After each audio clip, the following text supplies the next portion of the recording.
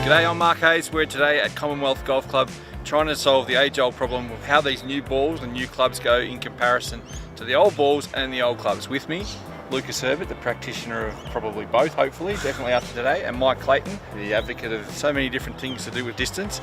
Not sure how we're going to go, but boys, what do you expect to see here as we go through this very scientific test? Hopefully I can figure out how to hit one of these old Ballata balls and get some sort of reasonable flight at it. So hopefully the guru over here can help me out. I'm assuming the old balls won't go as far, and they certainly won't go as far off the wooden wood. So it'll be interesting to see the difference, really. Old clubs, new balls, old clubs, old balls, new clubs, new balls, new clubs, old balls. So there are 4 just simply different tests here, really. Yeah, we'll see how it goes. Anyway, a lot to be discovered, and I'm not sure how scientific it is, but let's get into it.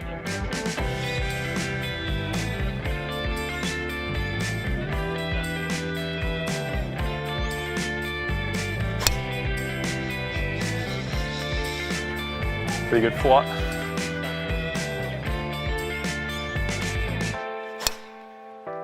Realistically, that should hook more than it does.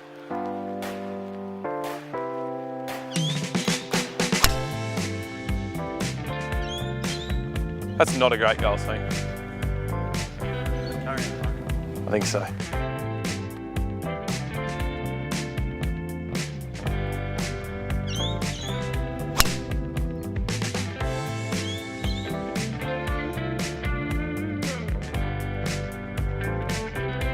All right, let's check the numbers. So I'm going to cut you some slack, mate. It's a bit early in the morning and the ball isn't flying too far, but still very impressive numbers. 263.8 metre average on the carry. Is that about what you expected? Yeah, I think so. Like for me, club speed consistency there is around 120.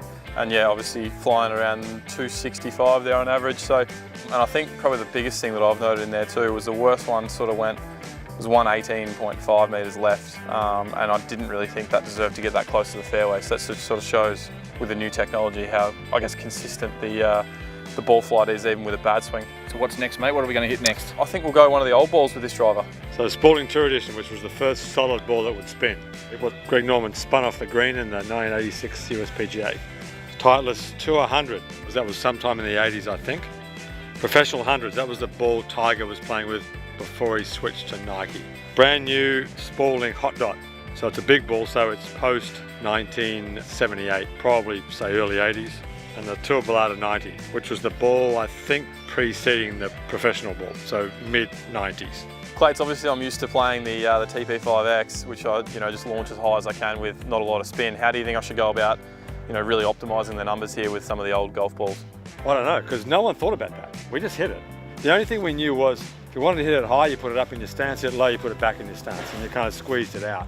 The problem into the wind with squeezing it was you would get too steep and you would balloon it. So there was a kind of cross between how do you keep it low without ballooning and spinning it too much. Which is what we're talking about Hangdale on the podcast. Hangdale was hard because the trees were low. So if you got it in a crosswind and the ball got above the trees, it was really hard to control it there. That was why that course was tight. It was tight in a crosswind because the trees were lower. But no one knew anything about that stuff. We just hit it. Oh. So you should be sentenced with the thing of figure it out yourself. So there might be a bit of trial and error here. It was true, because that's what everyone did. It was all trial and error. I'm half worried about my driver here.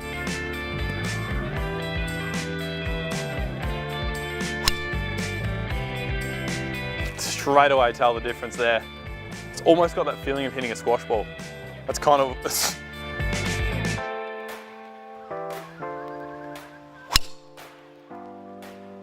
It felt okay, but you could see it was dead in the flight, wasn't it? Just really didn't have that go like the TaylorMade did.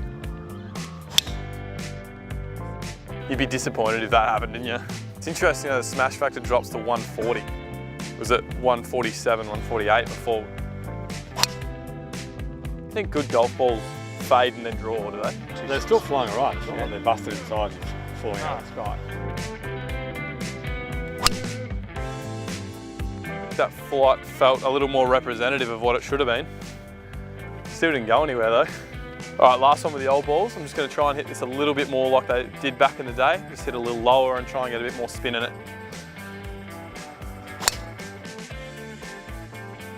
Felt like that was not a great swing, and it still moved right to left, but held flight decently. But it just didn't go anywhere. So mate, that was the all beast of a driver with some of the old balls. How did that look to you? Yeah, it's quite interesting. The club speeds have stayed quite similar there. The average is exactly the same. So we've had a pretty consistent test there. Obviously the ball speeds dropped about 5 miles an hour there and the carries dropped about 17 metres. The old ball went quite a bit straighter than the new ball. I think maybe not going as far, it's not had a chance to go as far offline. But quite similar in the dispersion left and right, which I thought was quite interesting. How did it feel on the club? Yeah, it was quite soft. Like I said, it was almost like hitting a squash ball. You know, I hit it hard, but it just didn't have that sort of penetrating effect off the club like you'd expect it to have.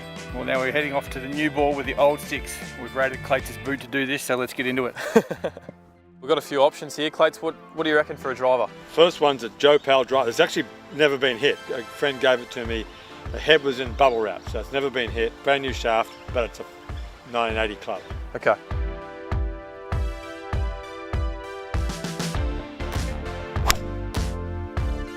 So it actually came off pretty good. I was pretty happy with that.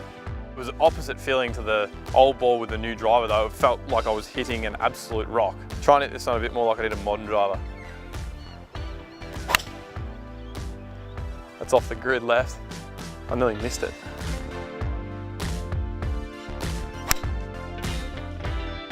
No good left. Wow.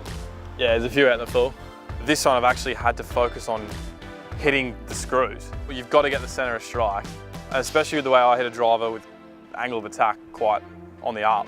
With this, you definitely have to get the middle of the club face. A lot more than that twist face anyway.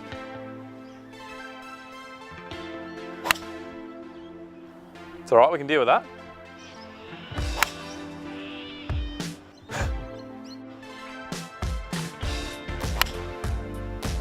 So Lucas, that was fascinating to watch. The old driver with a new ball. Some unexpected things happened there a little bit. Some absolute horrors there that I think would have resulted in at least some doubles coming up the last here. It was quite interesting though, you know, the club speeds obviously dropped a couple mile an hour there, you know, with that one being quite a lot heavier, no graphite shaft. Yeah, I mean, you made some really good swings still, and you made some good observations while you were doing it. What we couldn't see on the camera necessarily is you hit a few substantially left. Yeah, I think, you know, it took me a couple to work that out, and I still think, you know, maybe the club's probably not quite right for me from a fitting standpoint, but you can obviously see it was also quite a lot harder to control. Even the not that bad ones were still quite a lot further left and right than my current gamer. So about 23 metres average of distance lost there, just from one drive to the old. Right, mate. And this next one's the one a few of us want to see, the old clubs and the old balls. Throwing it way back. Let's go.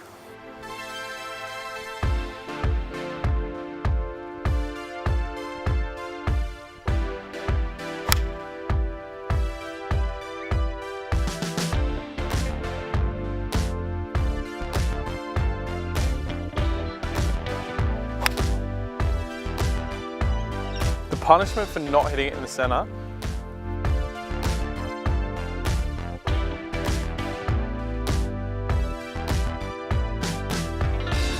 I haven't hit one close to the fairway yet.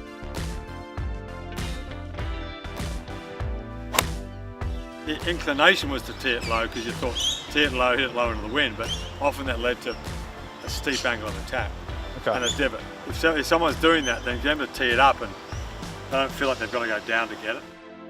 In 2 days you figured out, I've got to get this thing on the fairway. So then you start dialing back the clubhead speed and you start playing like Graham Marsh did, getting the thing on the fairway, because you'll soon get tired of that. Now you're going to hit it low and squeeze it out there and fly at 220 and make it run 30 and leave yourself a 4 under the green.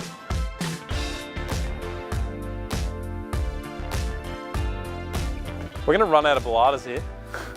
Lucas, it's getting a bit warmer and you're getting fair dinkum. You've got the jumper off. Yep. And you've had a few cracks at these old balls with the older drivers, but you look like you might have figured something out here. You're going to have a second round. Mate, it's been hard work. I've hit a lot in those left trees, but I think I might have found something here. So try and get 5 down there in the middle of the fairway and get some consistent numbers on it. We're going to disregard those previous ones. I reckon we will. Right. Let's see if we can get one in the fairway.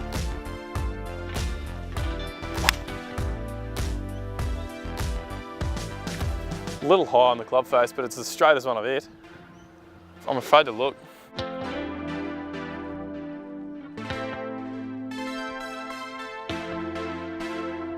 It's better. That's a better, yeah, it's a better shot.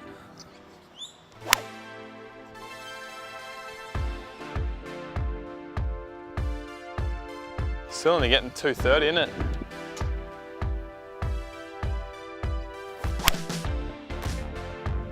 Got that trap on the right.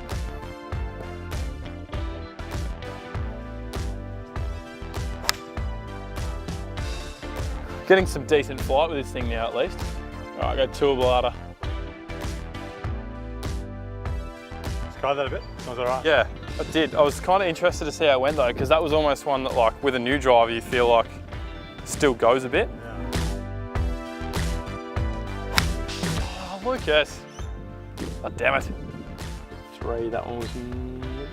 So it spent 5,000 way up, isn't it? Yeah. That's flown, surely. Can we get the cameras off in the gallery, please? It's off-putting. Mate, you found your groove there, second time round with the old balls and the old sticks. We sort of took a while to figure out how to hit that, that old persimmon driver and the old ball there. Eventually sort of got a few out there that, the data was usable, and I sort of dropped, 12 to 15 yards on average from the new ball with the old head and the old ball with the old head. So, in comparison to the original one, which was your current driver and the new ball? Yeah, so the gamer that I play, averaged at 264 metres off the tee in the air, and the old driver was 225 in the air. So yeah, 38 metres difference. Yeah, it was sort of interesting. Gave me a good insight, just more as to what it feels like to hit those those balls and those drivers, because I grew up in an era where we were playing frying pans basically, so I've never had the appreciation of being able to hit that stuff. Good. You found respect for the old guys? No, I do, for sure. Yeah, I think the game was just different back then, and yeah, obviously golf courses are changing now. Tees are going further back, and bunkers are going into different places now. Yeah, it's almost like 2 different games. Claes, what did you learn watching Lucas swing away there? We're talking about club fitting. There was no club fitting really. You just found clubs that you liked and you used them, and it was all by feel, because you could change the shaft. I think you learn that this is almost the 3rd generation. You go from Jones and the great Hickory players who adapted their swings to Hickory. Steele came along, Snead, Nicholas, Norman, Seve, who adapted to persimmon and Balata. And then this generation who have grown up with titanium and graphite and balls that don't spin. So they've adapted their techniques to the equipment they're playing with. And good players in one generation would be good players in another generation. They would just play differently. I mean, Jones would play much differently if he was playing now, and Dustin Johnson would play much differently if he was playing with Hickory. So it's an adaptation. But it goes back to the old point of what happens to the golf courses. The golf courses don't have any defence except for moving further and further and further back and growing more and more rough, neither of which is a good thing. Do you think if you had the time to prepare and get ready for regularly using those older sticks, that you could adapt a bit better?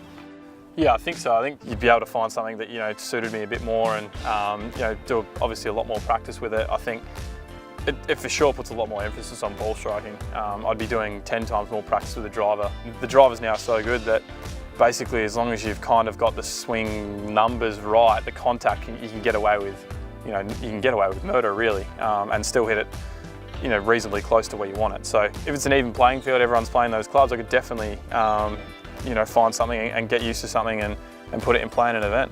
Well, thank you both very much for coming down and giving us both your wisdom, and thanks for swinging your arms off there for a few hours for us.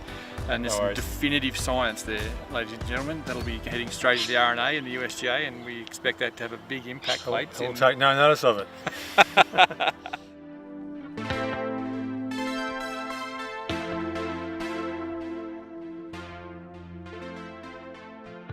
Which spins an already spinning golf ball. Yeah. Hence why the ball went nowhere. So you just kind of played with, you just grew up playing with it.